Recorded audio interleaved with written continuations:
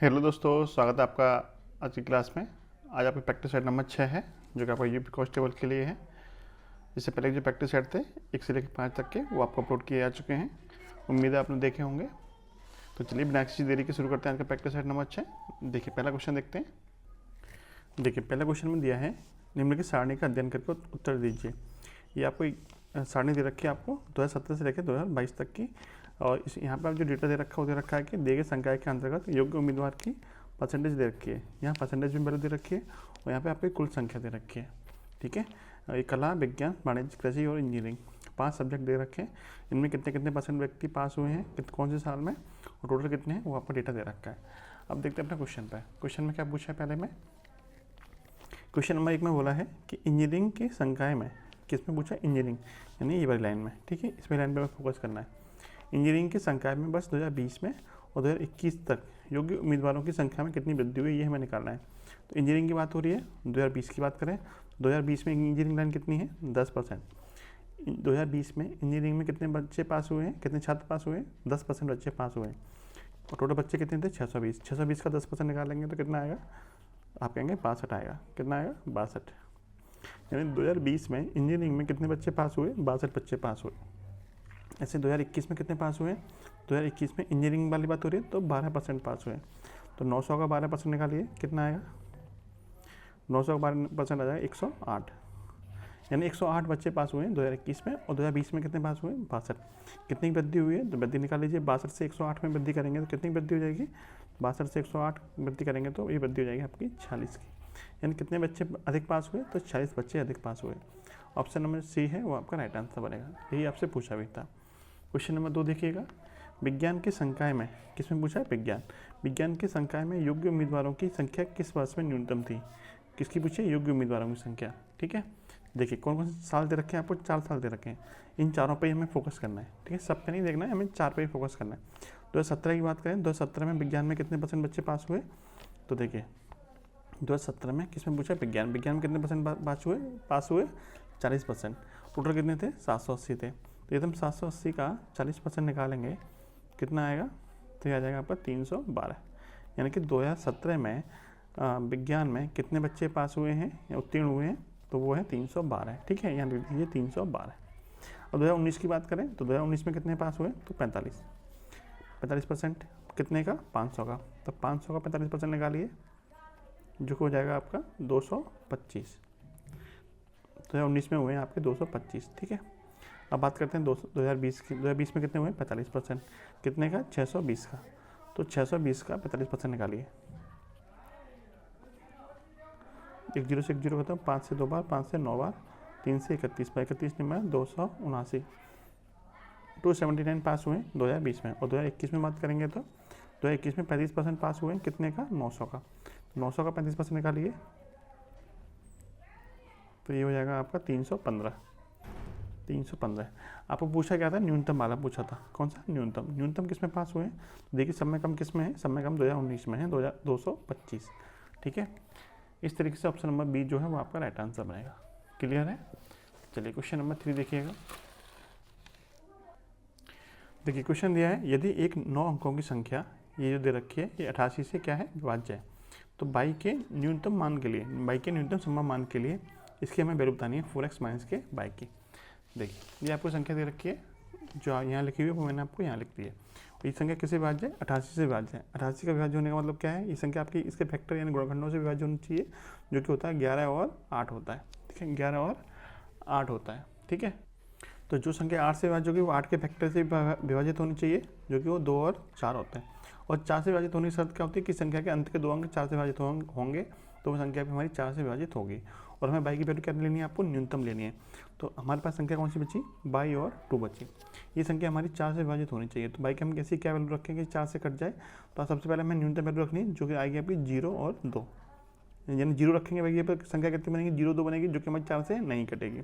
फिर रखेंगे 0 के बाद 1 रखेंगे, तो ये बन जाएगी 1 और 2, यानी कि 12 बन जाएगी। और 12 हमारी 4 से कट जाएगी, इसका मतलब बाई की जो न्यूनतम वैल्यू है वो हमारी कितनी बनेगी, 1 बनेगी।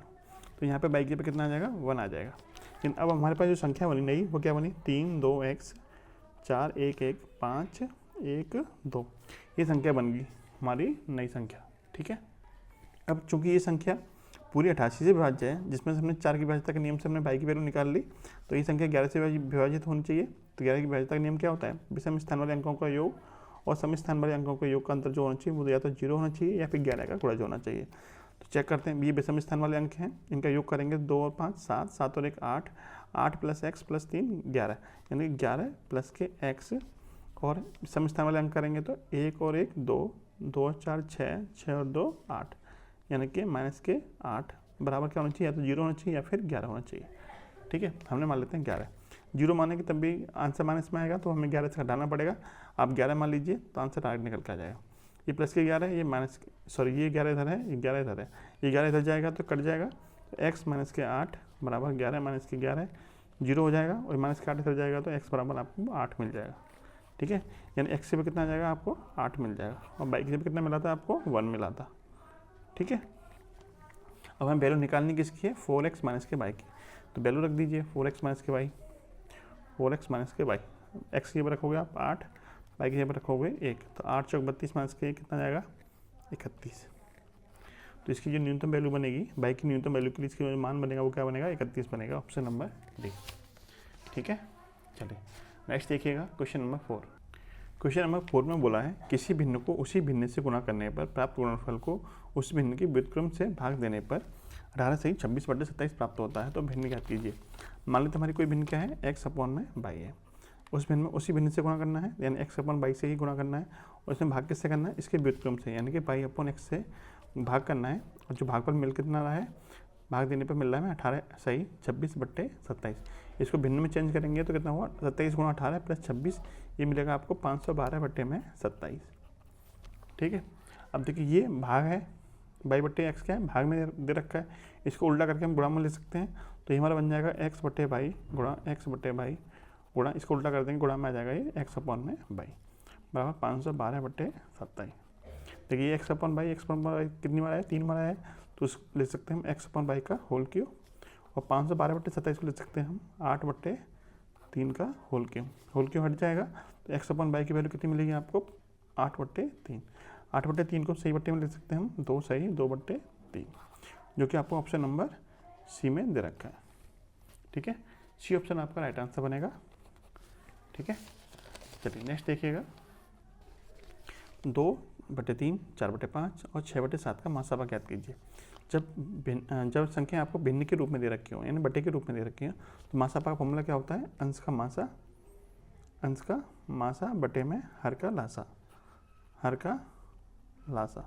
ठीक है, ये फॉर्मूला बनता है किसका, मासापा का, जब संख्या आपको भिन्न के रूप में दे रखी हो तब। तो संख्याएं दे रखी हैं आपकी 2/3, 4/5 और 6/7। इसमें अंश क्या हो जाएगा आपका, अंश हो जाएगा आपका 2, 4 और 6। हर बन जाएगा आपका 3, 5 और 7, यानी कि 2, 4, 6 का आपको मासापा चाहिए, और हर क्या है, 2 हर है आपका 3, 5 और 7, इसका आपको क्या चाहिए, लासापा चाहिए।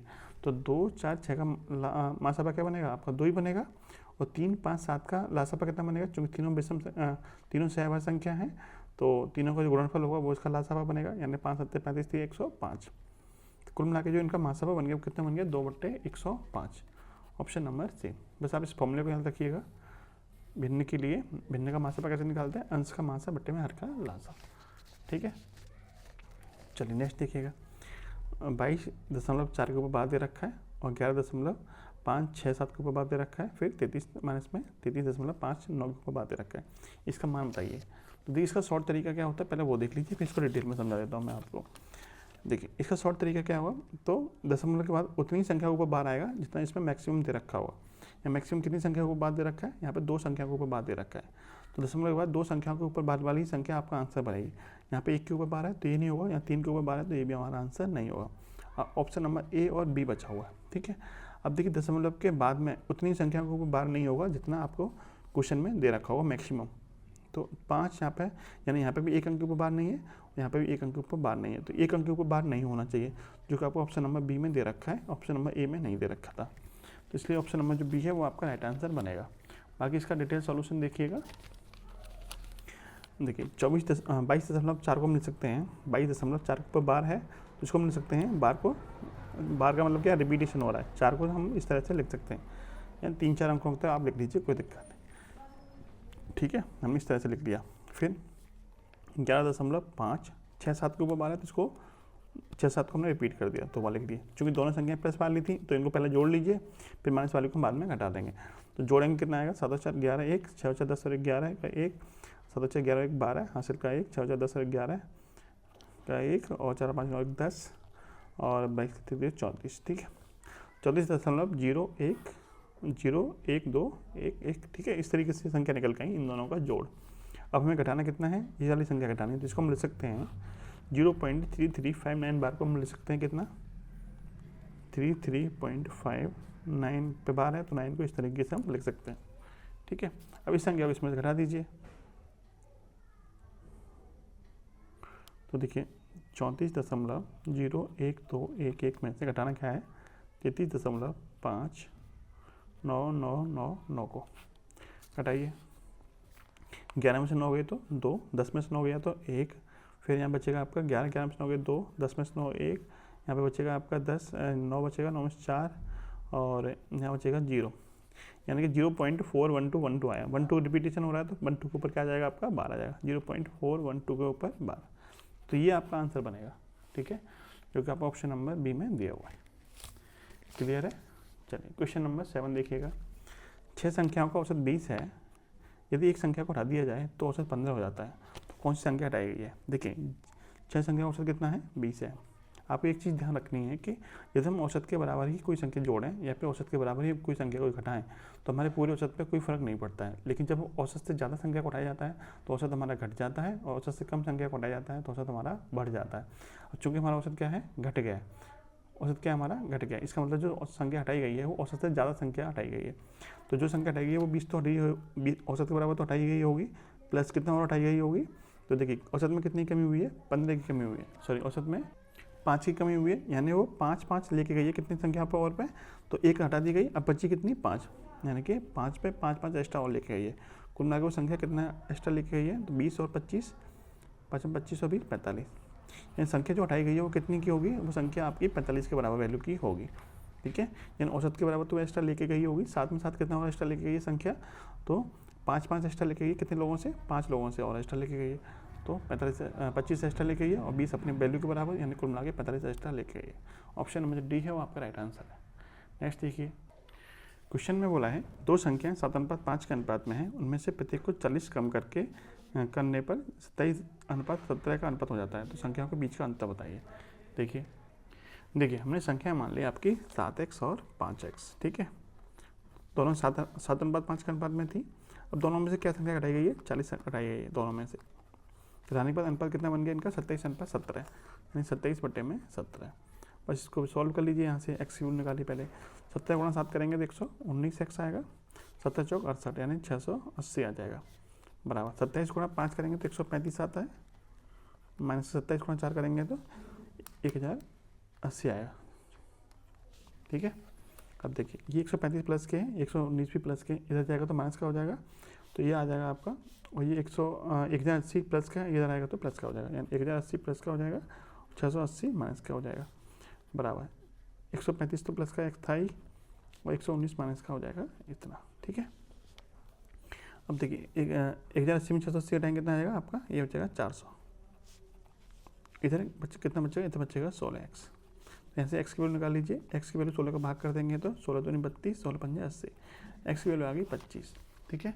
अब संख्याओं में अंतर पूछा था, तो संख्या में अंतर कितना था, हमारी संख्या 7x और 5x थी हमारी संख्या, दोनों में अंतर कितने का है, तो 2x का अंतर है, 2x की वैल्यू निकाल दीजिए। x की वैल्यू 25 है तो 2x की वैल्यू कितनी जाएगी, 50, अंतर कितने का हो जाएगा, अंतर हो जाएगा आपका 50 का, ऑप्शन नंबर डी, ठीक है। क्वेश्चन नंबर 9 देखिएगा। एक संदूक में 1 रुपये 50 पैसे और 25 पैसे के सिक्के 3:2:5 के अनुपात में हैं, जिनका योग 252 रुपये है। संदूक में 25 पैसे वाले सिक्कों की संख्या बताइए। देखिए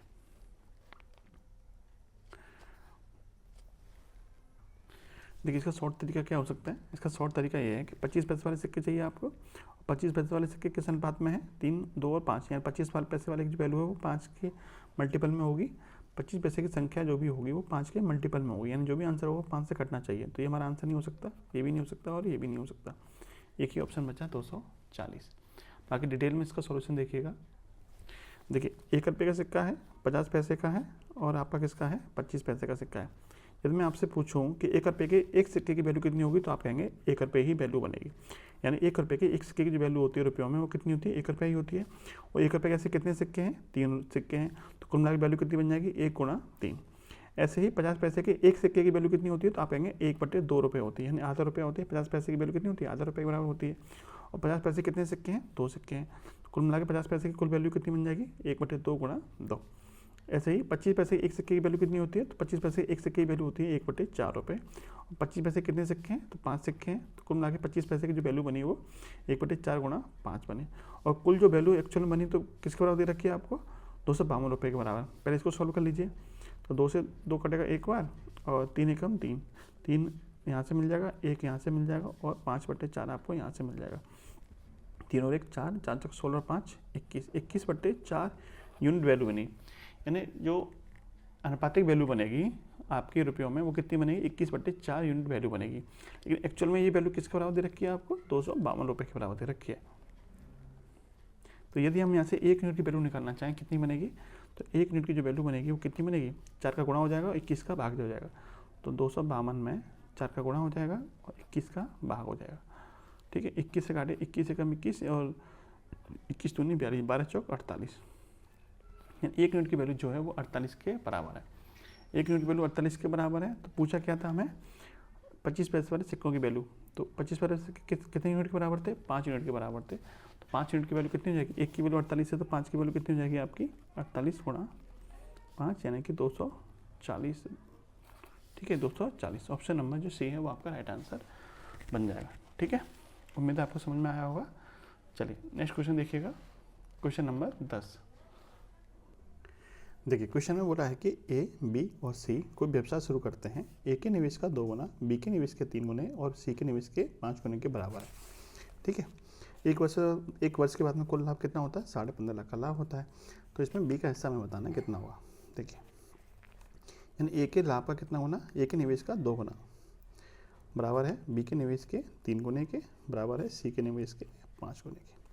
ठीक है, यदि हम इसका अनुपात निकालना चाहें तो क्या कैसे निकालते हैं, तो इनकी अनुपातिक वैल्यू जो होगी वो 2, 3 और 5 के एलसीएम, 2, 3, 5 का एलसीएम होता है 30, 30 से भाग कर दीजिए। यानी ए गुणा 2 में आप 30 से भाग कर दीजिए, अनुपात हो जाएगा बी गुणा 3 में 30 से भाग कर दीजिए, और सी गुणा 5 में 30 से भाग कर दीजिए। यानी ये जो निवेश कर रहे हैं वो किस अनुपात में निवेश कर रहे हैं, तो कैसे निकालेंगे, इनमें जो संख्या दे रखी है इसके एलसीएम से इसमें भाग कर दीजिए। 2 से कटेगा आपका 15 बार, 3 से 10 बार, 5 से 6 बार, यानी A/15 अनुपात B/10 अनुपात C/6। यानी इन्होंने जो निवेश किया वो किस अनुपात में निवेश किया है, तो 15, 10 और 6 के अनुपात में निवेश किया है। ठीक है, इसका मतलब इनका जो कुल निवेश है वो कितना है, 15, 10, 25 और 6, 31। कितना निवेश है इनका कुल, अनुपातिक रूप से कुल निवेश है 31 यूनिट। लेकिन एक्चुअल में जो निवेश है या फिर एक्चुअल में जो इनका लाभ बटेगा वो किस अनुपात में बटेगा, इसी अनुपात में बटेगा। तो अनुपातिक वैल्यू 31 है, लेकिन एक्चुअल वैल्यू कितनी है, 15.5। तो 31 यूनिट की जो वैल्यू है 15.5 लाख है। किसकी वैल्यू पूछी थी आपसे, बी का हिस्सा कितना था, 10 यूनिट का। 10 यूनिट की वैल्यू कितनी होगी, 15.5 में 31 से भाग कर दीजिए और 10 से गुणा कर दीजिए। 31 से 0.5 बार कटेगा और 0.5 का 10 का गुणा करेंगे तो 5 आ जाएगा, 5 लाख। यानी कि जो बी का हिस्सा वो कितना है, 5 लाख है। Option number D. चलिए नेक्स्ट देखिएगा, किसी वस्तु को 20% लाभ पर तथा 18% हानि पर बेचने पर विक्रय मूल्य का अंतर 570 आता है। यदि 12% हानि पर बेचा जाए तो वस्तु का विक्रय मूल्य ज्ञात कीजिए।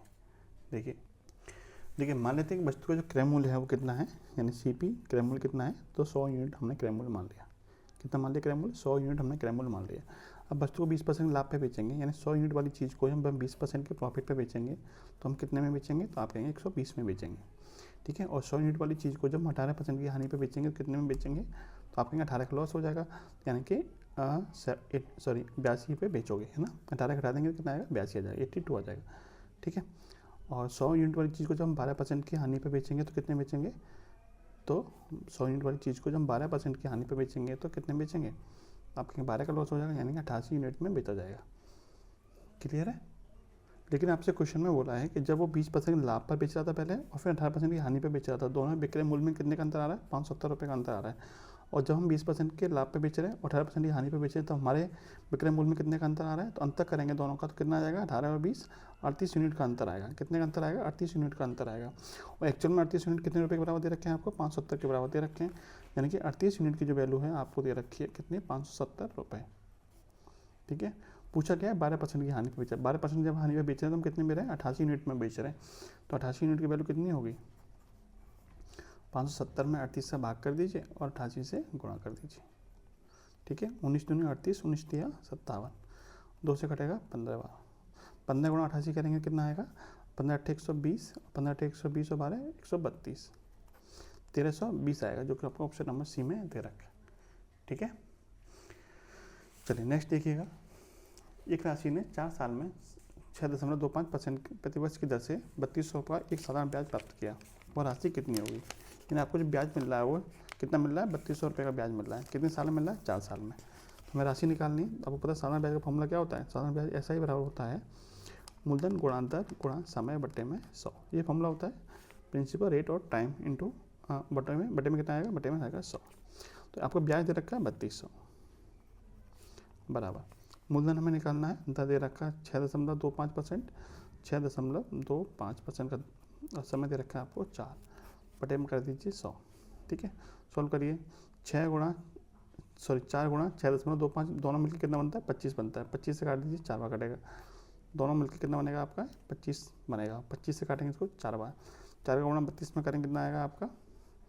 128 पे 2 जीरो, यानी कि पी की जो वैल्यू होगी वो कितनी होगी? 12,800। Option number C. Simple calculation है और कुछ ज़्यादा नहीं है इसमें। ठीक है। चलिए नेक्स्ट देखिएगा। 800 को 10% की वार्षिक चक्रवृद्धि ब्याज पर निवेश किया जाता है तो 2 वर्ष में अर्जित ब्याज की राशि कितनी होगी? कितने परसेंट पे उठाया जा रहा है? तो 10% पे उठाया जा रहा है। ब्याज हमें निकालना है 2 साल का। देखिए मैंने आपको कई बार बताया है कि 10% की दर से 2 साल का जो चक्रवृद्धि ब्याज बनता है उसकी प्रभावी दर जो बनती है वो कितनी बनती है? 21% बनती है। कितनी परसेंट बनती है? 21% बनती है 2 साल के लिए। ठीक है। तो आपको ये डायरेक्ट पता होना चाहिए वरना आपको कैलकुलेशन बढ़ जाएगी। ठीक है। 2 साल का जो 10% दर से प्रभावी दर बनता है चक्रवृद्धि ब्याज के रूप में कितना बनता है? 21%। तो आपको ये ब्याज मिलेगा वो कितने परसेंट ब्याज मिलेगा? 21% ब्याज मिलेगा 2 साल में। ठीक है। तो 800 रुपये पे 21% निकाल दीजिए 168, यानी 2 साल में जो ब्याज मिलेगा 800 रुपये पे चक्रवृद्धि ब्याज के रूप में कितना मिलेगा? 168 रुपये मिलेगा। यानी ऑप्शन नंबर जो डी है वो आपका राइट आंसर हो जाएगा। ठीक है। ये चीज़ आपको पता होनी चाहिए, नहीं तो आपको टाइम बहुत ज़्यादा ख़राब होगा। चलिए नेक्स्ट देखिएगा। एक दिन में 10 घंटे कार्य करते हुए श्याम किसी कार्य को 12 दिन में और 8 दिन में कार्य को पूरा करने के लिए उसे कितने घंटे काम करना पड़ेगा? तो आपने फॉर्मूला पढ़ा होगा M1 D1 अपॉन में H1 M1 D1 अपॉन में W1 बराबर M2 D2 अपॉन में W2। ठीक है। इसमें H भी होता है, M1 D1 H1 और यहाँ पे M2 D2 H2। ठीक है। इस फॉर्मूले में वैल्यू रख दीजिए। शुरू में कितना आदमी है? एक ही आदमी है तो M1 और D1 M2 तो दोनों सेम ही हो जाएगा। तो देखिए फॉर्मूला था आपका M1 D1 H1 अपॉन में W1 बराबर M2 D2 H2 अपॉन में W2। ठीक है। तो M1 और M2 दोनों सेम है तो इसको लिखिए, M1 लिखिए, कोई फर्क नहीं पड़ने वाला क्योंकि एक ही व्यक्ति है। और D1 यानी कितने दिन काम कर रहा है? शुरू में 10 घंटे काम कर रहा है और 12 दिन में काम कर सकता है।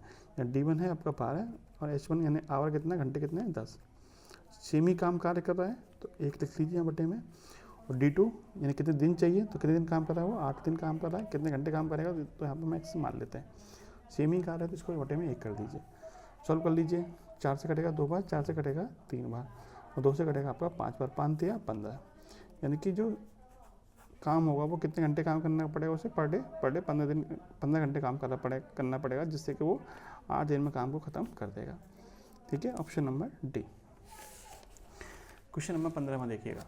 एक किसी निश्चित दूरी को भिन्न भिन्न गतियों के साथ तय करता है। पहली 3 किलोमीटर की दूरी 9 किलोमीटर प्रति घंटे गति से, दूसरी 6 किलोमीटर की दूरी 15 किलोमीटर प्रति घंटे गति से और तीसरी 9 किलोमीटर की दूरी को 18 किलोमीटर प्रति घंटे गति से तय करता है। एक ही पूरी यात्रा की औसत गति बताइए। देखिए औसत गति यानी एवरेज स्पीड बराबर क्या होता है? टोटल डिस्टेंस अपॉन में टोटल टाइम। ये फॉर्मूला होता है कुल दूरी बट्टे में कुल समय। देखिए एवरेज स्पीड बराबर यानी औसत गति बराबर होता है कुल दूरी बट्टे में कुल समय। तो औसत गति हमें निकालना है, ठीक है। कुल दूरी कितनी है, तो कुल दूरी देखिए, पहले चला है 3 किलोमीटर, फिर चल रहा है आपका 6 किलोमीटर और फिर चल रहा है आपका 9 किलोमीटर। तो कुल दूरी कितनी होगी, 3 + के 6 + के 9 बटे में कुल समय कितना लग रहा है। तो पहले 3 किलोमीटर दूरी को तय करने में 9 की स्पीड से कितना समय लगेगा, तो समय बराबर क्या होता है, दूरी बटे 4, यानी कि दूरी है 3 किलोमीटर की, कितनी स्पीड से, 9 की स्पीड से।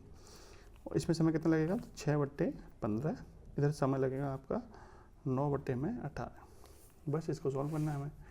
देखिए 9 ऊपर तो 18 हो जाएगा, बटे में 3 से कटेगा एक बार, 3 से 3 बार, 3 से 2 बार, 3 से 5 बार, और 9 से कटेगा ये 1/2 बार, ठीक है। नीचे बचेगा 1/3 + के 2/5 + के 1/2। सॉल्व कर लीजिए, तो 18 बटे में हो जाएगा आपका ये हो जाएगा, देखिए इनको सबको जोड़ लीजिए, तो 3, 5 और 2 का एलसीएम कितना आएगा, 3, 5, 2 का एलसीएम आएगा आपका 30, ठीक है। तो यहाँ देखिए आप यहाँ पे लिखिएगा 30, और 3 से कटेगा 30 10 बार, और 10 एकम 10, 10 यहाँ पे आ जाएगा, प्लस 5 से 6 बार, 6 दूनी 12 + 15, ठीक है। तो ये हो जाएगा आपका 18 बटे में 12, 15, 27 और 10 37, 37 बटे में 30, 30 का गुणा कर दीजिए ऊपर, रहती है 54, 540 बटे में 37। एवरेज स्पीड कितनी आएगी, 540 बटे में 37, जो कि आपको ऑप्शन नंबर बी में दे रखी है, ठीक है। चलिए नेक्स्ट देखिएगा। एक वर्ग का विकर्ण किसी समबाहु त्रिभुज की भुजा के बराबर है। यदि वर्ग का क्षेत्रफल 18√3 वर्ग सेंटीमीटर है तो समबाहु त्रिभुज का क्षेत्रफल क्या होगा। देखिए मान लीजिए कोई वर्ग है जिसकी भुजा कितनी है, ए है, जिसकी भुजा कितनी है, ए है। तो आपको पता है कि वर्ग की यदि भुजा ए है तो उसका विकर्ण कितना होता है, वर्ग का विकर्ण होता है भुजा √2। इन वर्ग का जो विकर्ण मिल जाएगा वो मिल जाएगा a√2, और वर्ग का जो विकर्ण है वो त्रिभुज की समबाहु त्रिभुज की भुजा के बराबर है। यदि हम समबाहु त्रिभुज की भुजा को x मान लें तो x की वैल्यू किसके बराबर हो जाएगी, a√2 के बराबर हो जाएगी, यानी कि वर्ग के विकर्ण के बराबर हो जाएगी, ठीक है। यदि वर्ग की भुजा a है तो वर्ग का क्षेत्रफल कितना होता है, वर्ग का क्षेत्रफल होता है वर्ग की भुजा का वर्ग, वर्ग की भुजा का स्क्वायर है ना, वर्ग, यानी कि a स्क्वायर हो जाएगा, ठीक है, कोई दिक्कत नहीं यहाँ से। यदि हम यहाँ से दोनों तरफ का वर्ग कर दें, x क्या था हमारा समबाहु त्रिभुज की भुजा थी, उसका हम दोनों तरफ से वर्ग कर दें तो हमें यहाँ से x² वैल्यू कितनी मिल जाएगी, x² बराबर मिल जाएगा a² × √2 का वर्ग हो जाएगा तो 2 आ जाएगा, a² × 2। और क्षेत्रफल कितना था वर्ग का क्षेत्रफल था a², जो कि आपको दिया कितना रखा है 18√2, यानी आपको a² जो वैल्यू दे रखी है वो दे रखी है 18√3, ठीक है। यहाँ तक कोई दिक्कत नहीं। चलिए आपको a² वैल्यू यहाँ से मिल जाएगी और यहाँ से x² की वैल्यू आपको यहाँ से मिल जाएगी, क्लियर है। अब आपसे पूछा है कि समबाहु त्रिभुज का क्षेत्रफल बताइए, तो समबाहु त्रिभुज का जो क्षेत्रफल होता है उसका फॉर्मूला क्या होता है, अंडर रूट में 3/4 इंटू समबाहु त्रिभुज की भुजा का वर्ग, यानी कि x का स्क्वायर, अंडर रूट 3/4 कर लीजिए, और x² बराबर कितना था, x² बराबर था a² × 2, ठीक है, a² × 2, और a² वैल्यू कितनी है यहाँ से 18√3।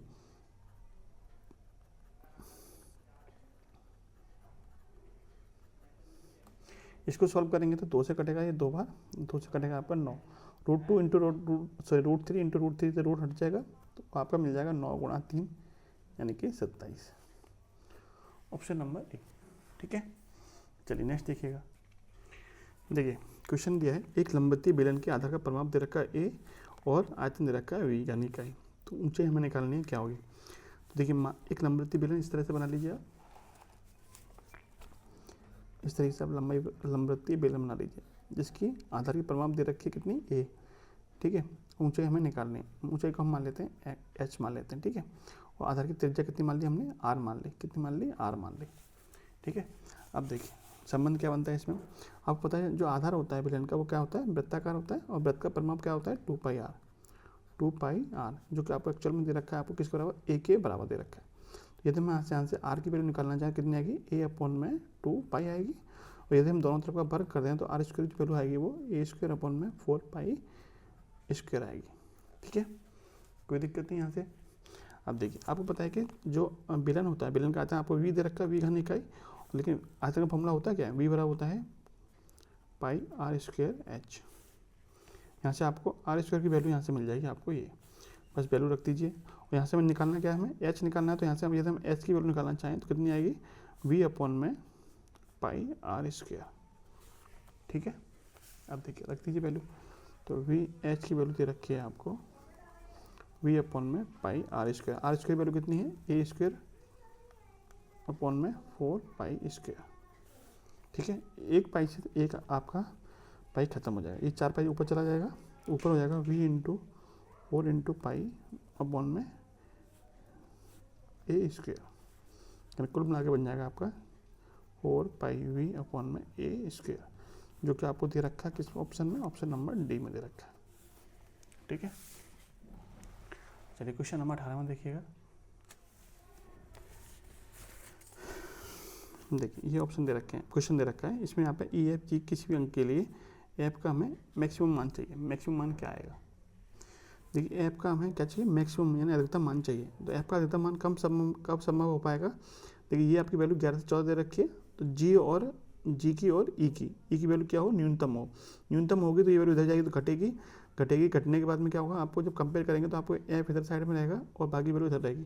तो ऐप का जो मान मैक्सिमम तभी संभव है जब आप ई और जी की न्यूनतम वैल्यू रखेंगे। न्यूनतम वैल्यू क्या हो सकती है, 0 हो सकती है, 0 रखिए और यहाँ पे 0 रखिए, तो ये बन जाएगा आपका 509 और ये बन जाएगा आपका 307। ठीक है, ऐप की वैल्यू हमें निकालनी है, तो 509 और 307 कितना होगा, दोनों को जोड़ लीजिए 816। 816 को इधर घटा देंगे तो 2F8 बराबर हो जाएगा 1114 माइनस के 816। घटाने पे हमें कितना मिल जाएगा आपका ये, तो ये मिल जाएगा आपका 9 और ये आपका हो जाएगा 198। ठीक है, सॉरी 298। इधर कितना है 2F8, दोनों का कंपेयर करेंगे तो ऐप की वैल्यू आपको क्या मिल जाएगी, ऐप की वैल्यू मिल जाएगी 9। ठीक है, ऑप्शन नंबर जो बी है वो आपका राइट आंसर होगा। क्वेश्चन नंबर 19 में देखिएगा, एक वस्तु का अंकित मूल्य 500 है, दुकानदार 5% की छूट देता है और फिर भी 25% का लाभ कमाता है, वस्तु का क्रय मूल्य बताइए। देखिए क्रय मूल्य निकालना है, तो क्रय मूल्य और अंकित मूल्य में एक संबंध होता है, उसका फॉर्मूला होता है कॉस्ट प्राइस यानी CP अपॉन में MP बराबर 100 माइनस के छूट परसेंटेज बटे में 100 प्लस के प्रॉफिट यानी कि लाभ परसेंटेज। आपको 3 चीज़ें इसमें दे रखी हैं, चौथी चीज़ आपको निकालनी है। ठीक है, अंकित मूल्य दे रखा है आपको 500, CP हमें निकालना है, CP हम तो देखते हैं x मान लेते हैं, और अंकित मूल्य दे रखा है आपको 500 रख दीजिए बटे में 100 में से डिस्काउंट घटा दीजिए। डिस्काउंट कितना दे रखा है 5% का, तो 100 माइनस के 5 करेंगे 95 आ जाएगा, और लाभ हो रखा है 25% का, 100 प्लस प्रॉफिट जोड़ेंगे तो 125 हो जाएगा। ठीक है, 125 से कटेगा आपका ये 4 बार, 4 गुणा 95 कितना होता है, 4 गुणा 95, तो ये हो जाएगा आपका 380। ठीक है, यानी कि आपका क्रय मूल्य में कितना आएगा 380 आएगा, ऑप्शन नंबर बी। क्लियर, चलिए अब आपकी रीजनिंग आ गई, रीजनिंग देख लीजिए थोड़ी देर के लिए। तो खिलाड़ी का संबंध टीम से है, खिलाड़ी का संबंध टीम से है, तो किसका संबंध किससे होगा, खिलाड़ियों के ग्रुप को क्या बोलते हैं, टीम बोलते हैं। तो कार के ग्रुप को समूह बोलते हैं, नहीं। मंत्री के समूह को मंत्री परिषद बोलते हैं, बिल्कुल बोलते हैं। जहाज के समूह को बेड़ा बोलते हैं, बिल्कुल बोलते हैं। कलम के समूह को ढेर बोलते हैं, नहीं बोलते हैं। यानी आपका बी और सी दोनों ऑप्शन आपके क्या हैं, राइट आंसर। ठीक है, चलिए नेक्स्ट देखिएगा क्वेश्चन नंबर 21। शैवाल विज्ञान का संबंध शैवाल से, यानी शैवालों का जो अध्ययन होता है वो किस शाखा में होता है, विज्ञान के शैवाल विज्ञान में होता है। तो आपको देखिए इसमें श्राव प्रकरण विज्ञान का संबंध उभयचरण में होता है, बिल्कुल नहीं। चंद्र भूगोल में क्षण क्रिया का अध्ययन होता है, नहीं। कीट विज्ञान में मिट्टी का अध्ययन होता है, नहीं। तो रुधिर विज्ञान में रुधिर का अध्ययन होता है, बिल्कुल होता है। किसको बोलते हैं, हीमेटोलॉजी। ठीक है, ऑप्शन नंबर सी है वो आपका राइट आंसर। ठीक, चलिए क्वेश्चन नंबर 22 में देखिएगा।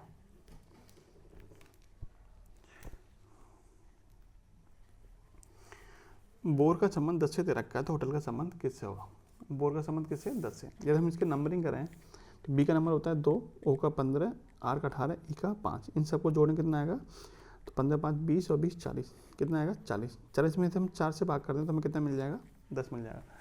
4 से हमने भाग क्यों किया, क्योंकि इसमें जो लेटर है वो कितने हैं, 4 है। ठीक है, यानी सबके अंकों को जोड़ लीजिए, उसमें फिर उसके अंकों जितने अंक हैं उतने से ही भाग कर दीजिए, जितने लेटर हैं उतने से भाग कर दीजिए।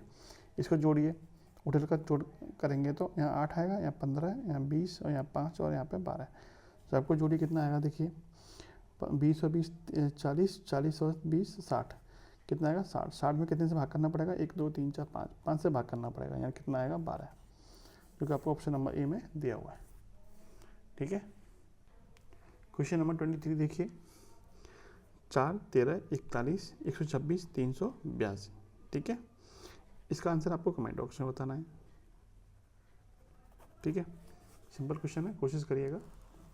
क्वेश्चन नंबर 24 देखिए, S T T B B Y, आगे क्या आएगा? देखिए एस से टी पे जा रहे हैं, प्लस के 2 1 हो रहा है, प्लस का कितना हो रहा है? 1 हो रहा है, यानी एस के बाद टी आता है, टी के बाद में वी आ रहा है, इसका मतलब प्लस के 2 हो रहा है।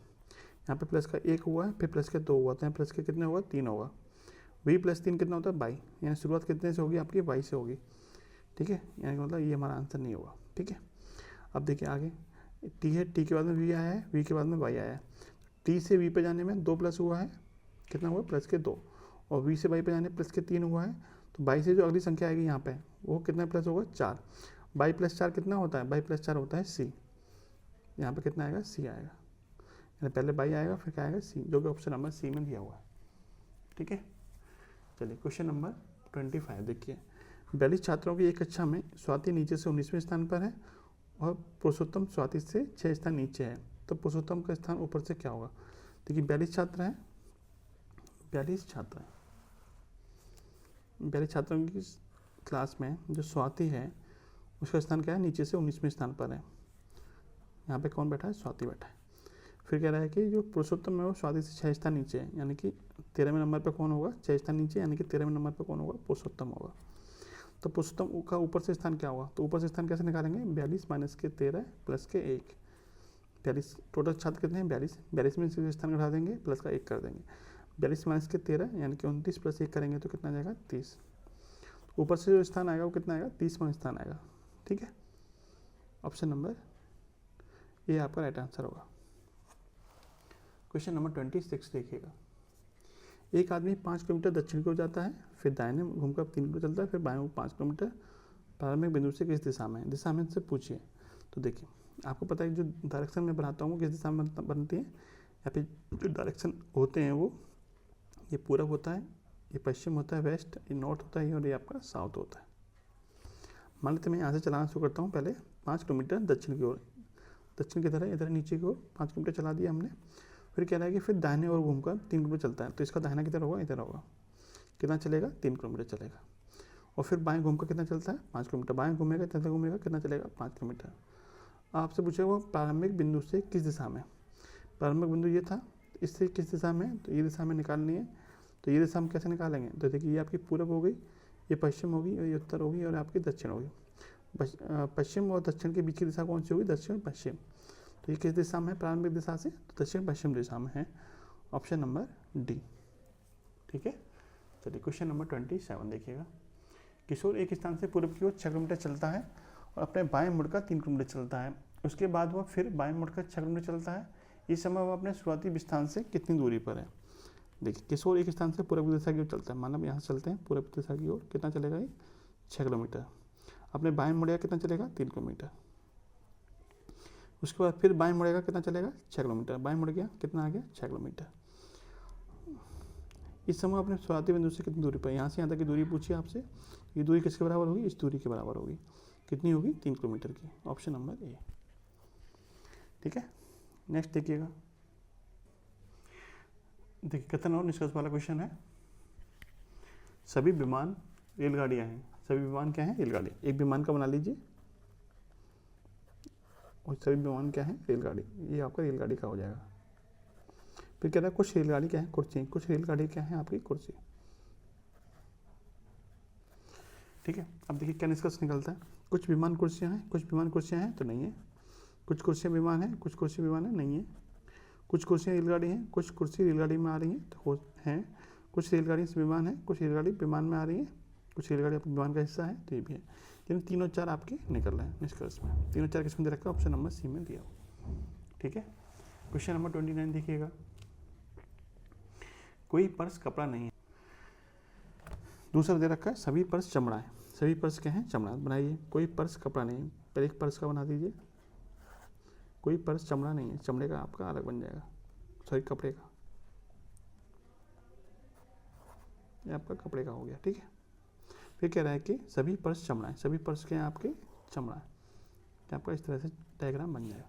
अब देखिए निष्कर्ष क्या निकलता है, कोई चमड़ा कपड़ा नहीं है, कोई चमड़ा कपड़ा नहीं है। देखिए चमड़े के और कपड़े के बीच में कोई कथन में निष्कर्ष नहीं निकलता है, कथन में कोई संबंध नहीं दे रखा चमड़ा का और कपड़े का, चमड़े का और कपड़े का कोई आपस में रिलेशन नहीं दिया, तो ये हो भी सकता है और ये नहीं भी हो सकता है।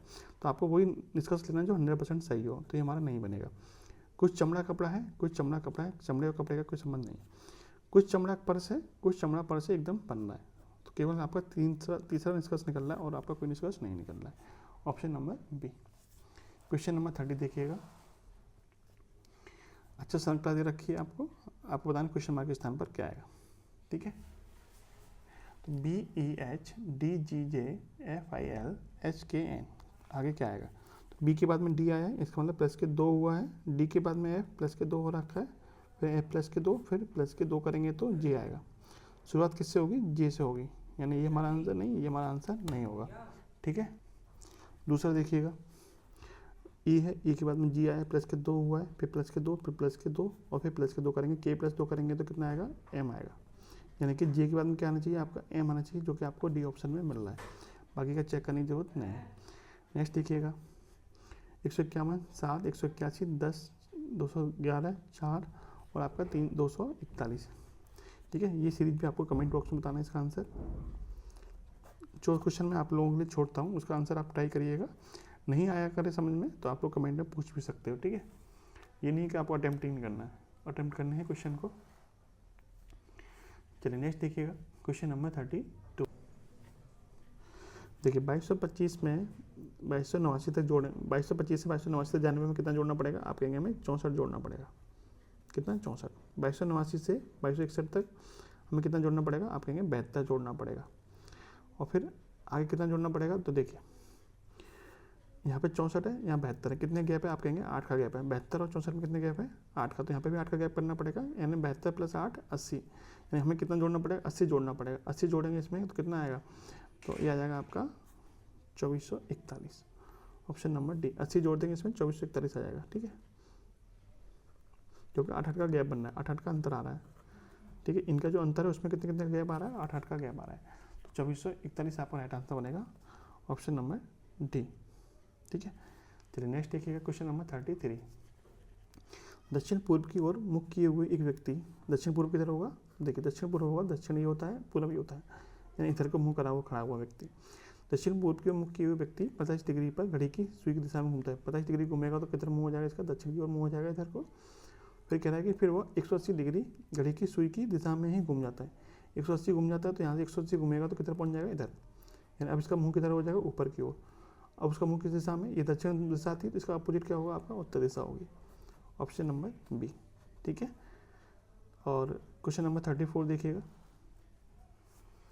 कथन कह रहा है, क्या सरकार को दालों के निर्यात पर प्रतिबंध लगाना चाहिए। कथन, इसके पीछे तर्क क्या दे रखे हैं, हाँ इससे भारत में दालों की कीमत कम हो जाएगी, दालों के निर्यात पर प्रतिबंध लगेगा तो दालों की कीमत क्या हो जाएगी, कम हो जाएगी। एकदम बात सही है। नहीं, इस निर्णय से निर्यात उद्योग में नौकरियाँ समाप्त हो जाएंगी। तो निर्यात उद्योग जो है वो सिर्फ दालों के ऊपर थोड़ी डिपेंड है, तो नौकरियां कम नहीं होंगी इससे, तो ये तो आपका तर्क नहीं निकलेगा। ठीक है, केवल एक ही तर्क निकल रहा है, ऑप्शन नंबर ए वाला। ठीक है, 34 का ए ऑप्शन सही होगा। 35 देखिएगा। 35 में शब्द दे रखा है आपको सुपरफ्लुअस, शब्द के पहले, चौथे, 7वें और 11वें अक्षरों से एक सादा शब्द रूप बनाएं और शब्द का पहला अक्षर बताइए। पहला अक्षर क्या आएगा, एस आएगा, और चौथा आएगा आपका ई, 7वां आएगा एल और 11वां आएगा आपका एस। ठीक है, इसे एक शब्द बनाना है, सार्थक शब्द जिसका पहला अक्षर क्या होगा, तो ऐसी एल ऐसे सार्थक शब्द क्या बनेगा, लेस बनेगा।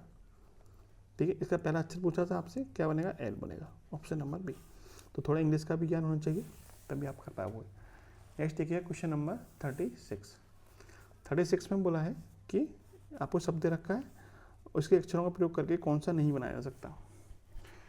देखिए इसमें कौन सा नहीं बन सकता, मिसफॉर्मेटिव दे रखा है आपको शब्द, मिस इन्फॉर्मेटिव, इसमें से इनका कौन सा नहीं बन सकता है। यहाँ दे रखा है फॉर्म, मोटिव, इन्फॉर्म और मैनी, तो आप जब गौर से देखोगे तो आपको यहाँ बाई दिखाई देगा, 22 शब्द में कहीं भी नहीं दे रखा है, इसका मतलब ये हमारा शब्द नहीं बन सकता है। ठीक है, क्वेश्चन नंबर 36 का डी ऑप्शन है। और आज का लास्ट क्वेश्चन देखिएगा। वीडियो आपको अच्छी लग रही हो तो लाइक जरूर करिएगा।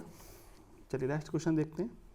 कनिष्क प्राप्त उपहार से खुश था। जो कनिष्क है वो प्राप्त उपहार से क्या है, खुश है।